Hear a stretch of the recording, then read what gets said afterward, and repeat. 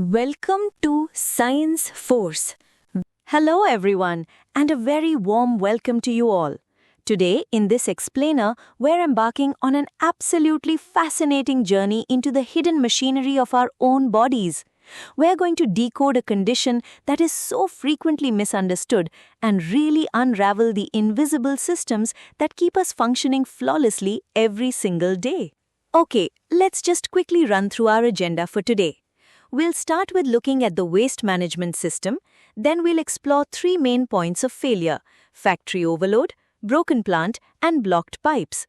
Finally, we'll wrap up with the detective work and fixing the system. Let's dive right in. What exactly is jaundice? First things first, we absolutely must dispel a very common myth. You see, when people notice yellow eyes, they immediately panic and think, oh no, I've got a disease called jaundice. But jaundice is actually not a disease itself. It is merely a sign, a crucial warning symptom telling us that something is going wrong with how our body is handling a yellow-colored substance called bilirubin. Think of it like the flashing check engine light on your car's dashboard. Section 1. The Waste Management System. To truly grasp why this yellowing happens, I want you to visualize your body not just as flesh and bone, but as a bustling, highly efficient mega city.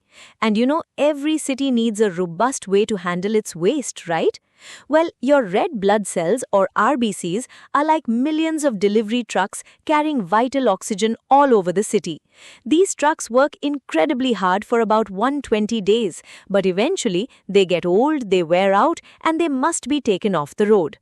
When these trucks are dismantled and recycled, they produce a yellow waste product. That, my friends, is our bilirubin. Now, this waste desperately needs a recycling plant, which is your liver. And finally, the processed waste has to leave the plant through drainage pipes, which are your bile ducts. So let's see how this actually plays out. Day in, day out, millions of these old delivery trucks, the RBCs, are dismantled in the spleen, the liver, and the bone marrow. The iron-carrying heme part of the blood literally turns into bilirubin. This raw waste then travels straight to the liver for processing, and finally, it's excreted into your intestines. It is a wonderfully elegant system, and a fun fact, it's actually exactly what gives your stool its normal brown color and your urine its normal yellow color. Now, for our life science students listening in, here's where it gets really interesting. When bilirubin is first created, it's what we call unconjugated. It behaves exactly like oil and water, meaning it absolutely will not dissolve in your blood by itself. So it travels to the liver, where a truly remarkable enzyme called UDP glucuronosyl transferase steps in and adds an acid to it. This transforms it into conjugated bilirubin, which is highly water-soluble. You can think of this enzyme as the diligent worker who takes all the loose, messy garbage and puts it into a nicely sealed disposal bag, making it completely safe and easy to flush away. Section 2. Factory overload or prehepatic jaundice. So, doctors actually classify jaundice based on exactly where this breakdown happens in our city's system. Let's look at the very first scenario: prehepatic jaundice. This means the problem is happening before the liver is even involved. Imagine if thousands of delivery trucks suddenly broke down all at once on the main highway. The recycling plant, your liver, is perfectly healthy, but it's simply overwhelmed by the massive sudden influx of raw material. This happens when too many red blood cells are destroyed prematurely, a destructive process called hemolysis. Causes for this can include sickle cell disease, a malaria infection, or hemolytic anemia. Because the liver just cannot keep up with the sheer volume, the unbagged, unconjugated bilirubin starts building up in the blood. The eyes turn yellow, the stool gets significantly darker, but interestingly enough, the urine usually stays a normal color, because remember, this raw type of bilirubin cannot dissolve in water. Now, what's really fascinating about this for our medical students are the specific lab findings that practically prove the factory is overloaded. If you draw blood, you are going to see a high unconjugated bilirubin. You'll also see elevated LDH and a high reticulocyte count, which is essentially the bone marrow desperately pumping out brand new baby red blood cells to replace all the destroyed ones. Meanwhile, your haptoglobin levels drop because it's getting all used up binding to the spilled hemoglobin. It is a perfect, undeniable biological footprint of the problem. Section 3. Broken plant or hepatic jaundice. Let's look at the second failure point. What exactly happens when the processing plant itself becomes severely damaged?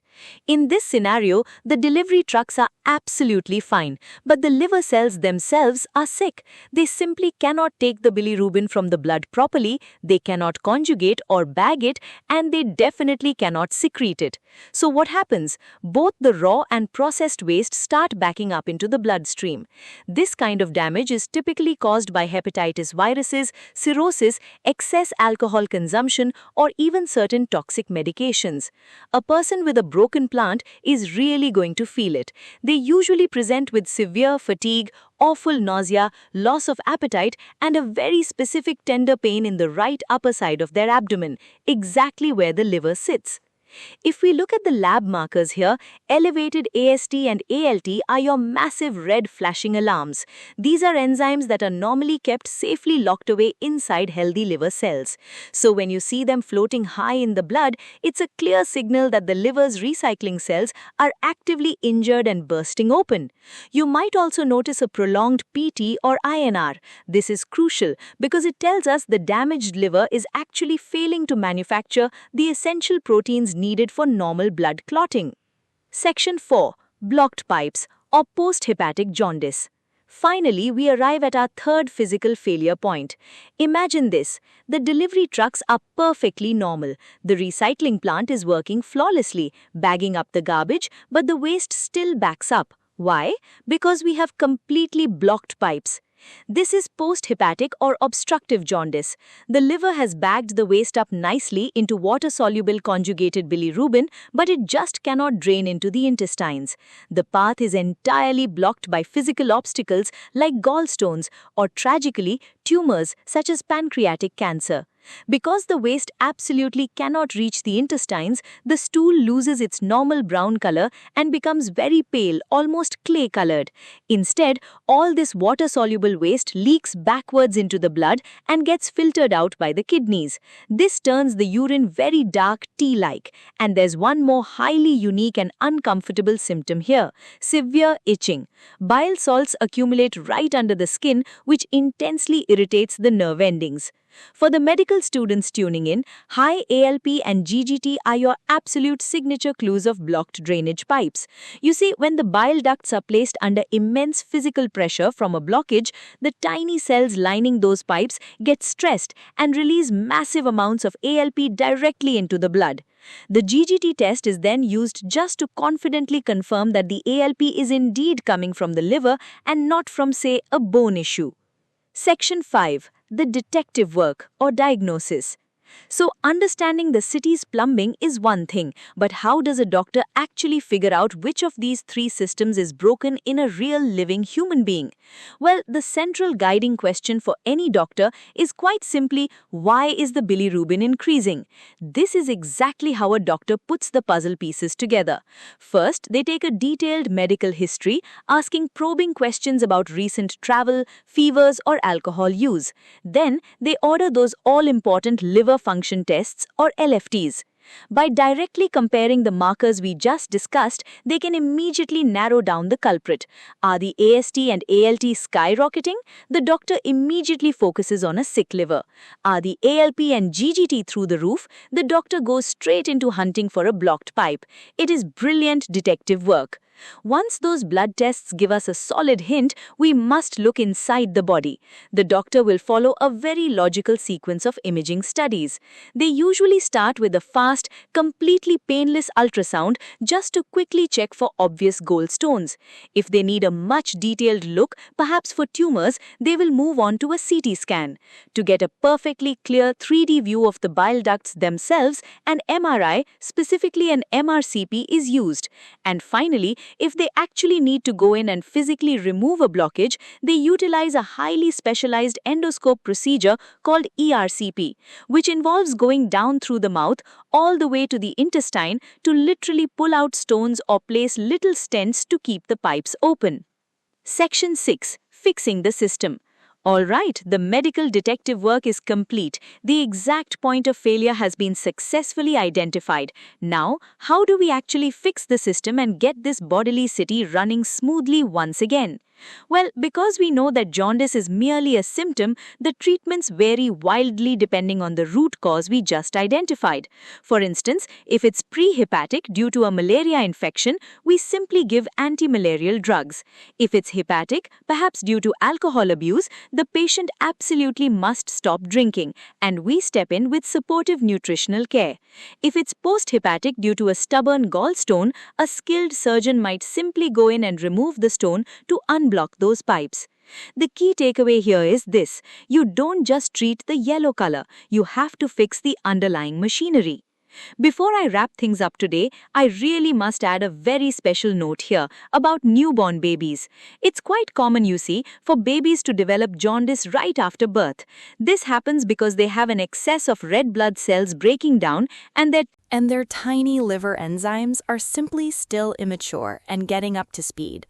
Now, mild cases usually just need frequent feeding and careful observation. But for the more severe cases, doctors rely on a truly fascinating scientific solution: phototherapy. By shining a very specific bright blue light directly onto the baby's skin, the light energy physically alters the shape of the bilirubin molecule. This instantly makes it water-soluble, so the baby can easily excrete it without even needing their liver to process it first. Honestly, it is a stunning victory of medical science. Conclusion. Which brings us to a beautiful conclusion. The next time you happen to feel ill, how will you view your body's incredible waste management system? We so often take our health completely for granted, at least until a warning light like jaundice starts flashing. But just remember, right beneath your skin, an entire invisible city is working flawlessly. Millions of trucks are delivering, a grand factory is processing, and it's all keeping you alive and well every single second of the day. I really hope this explainer leaves you marveling at the sheer incredible complexity of your own biology. Thank you for watching Science Force.